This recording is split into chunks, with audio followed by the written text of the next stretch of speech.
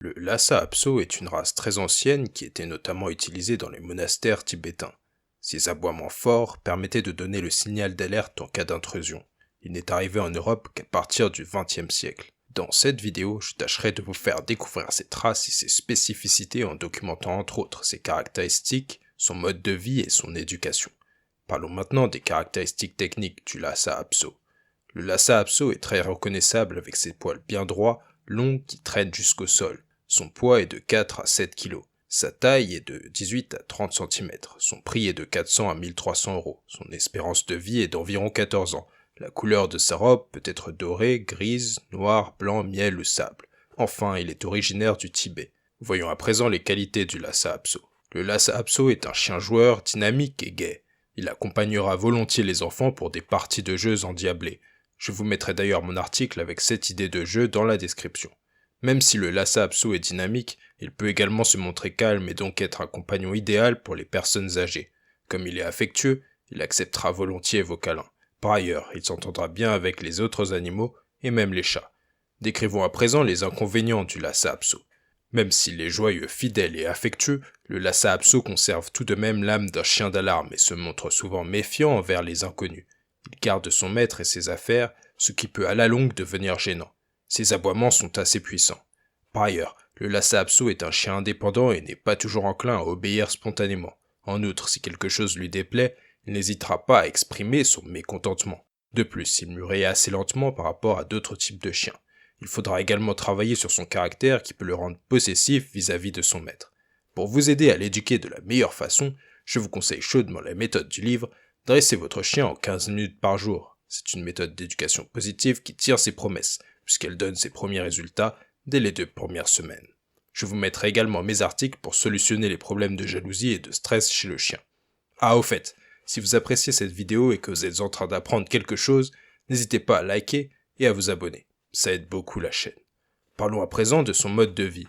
Le Lhasa Apso est un chien qui aime la sieste. Par ailleurs, il n'a pas besoin de faire beaucoup d'efforts pour que son besoin de dépenses physiques soit comblé. En effet, une demi-heure par jour de promenade et de jeu suffiront, mais évitez toutefois de descendre au-dessous, il aura tendance à prendre du poids. Même s'il adore accompagner ses maîtres durant de courtes randonnées, son endurance est assez limitée. Il ne faudra donc pas compter sur lui pour marcher des heures durant. Je le disais dans la partie sur ses avantages, son faible niveau d'activité en fait un compagnon idéal pour les personnes âgées ou sédentaires.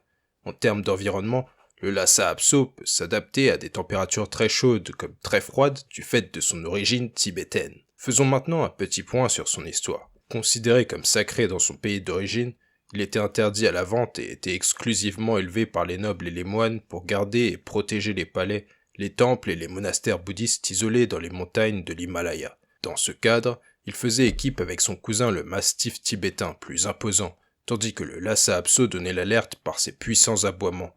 Le mastif, lui, impressionnait les intrus de par sa carrure. Par ailleurs, il n'était pas rare qu'il soit utilisé comme cadeau diplomatique aux dirigeants étrangers. Il faut savoir qu'à l'époque, seuls les Lhasa Apso donnés en cadeau par le Dalai Lama étaient autorisés à quitter le pays. Ils étaient toujours offerts par pair afin d'apporter chance et prospérité à celui qui les recevait. Parlons maintenant de l'entretien du Lhasa Apso. Si l'entretien du chien vous fait peur, le Lhasa Apso n'est pas fait pour vous. En effet, pour éliminer les poils morts et éviter qu'ils ne s'en mêlent, son long manteau a besoin d'être brossé au moins 3 à 4 fois par semaine à l'aide d'une brosse ou d'un gant spécial. Bien que la perte de poids reste modérée tout au long de l'année, le brossage doit être quotidien. Si l'entretien n'est pas assez régulier, les poils finissent par s'emmêler, empêchant la peau de respirer et favorisant au passage la prolifération de bactéries ainsi que les problèmes de peau. Par ailleurs, comme la longueur de son pelage fait que les poils touchent bien souvent le sol, il a tendance à accumuler facilement les saletés et à dégager de mauvaises odeurs. Par conséquent, il est nécessaire de le laver avec un shampoing adapté au chien à raison d'une fois tous les 1 ou 2 mois. À propos de sa santé, le Lhasa Apso est un chien plutôt résistant qui ne présente pas de problème particulier. Je vous conseille toutefois de surveiller régulièrement l'hygiène de ses oreilles tombantes, car il peut être sujet à des otites. Résumons maintenant ce que nous avons dit dans la vidéo. Le Lhasa Apso est un chien originaire du Tibet et utilisé à la base comme alarme dans les monastères et les maisons des nobles. Il n'a pas besoin de beaucoup d'exercices pour que ses besoins soient comblés.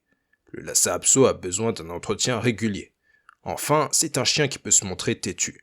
Pour régler ce souci, je vous propose la lecture du livre Dressez votre chien en 15 minutes par jour que je mettrai en description. Si vous avez apprécié la vidéo, n'hésitez pas à lâcher votre meilleur like et à vous abonner. À très bientôt.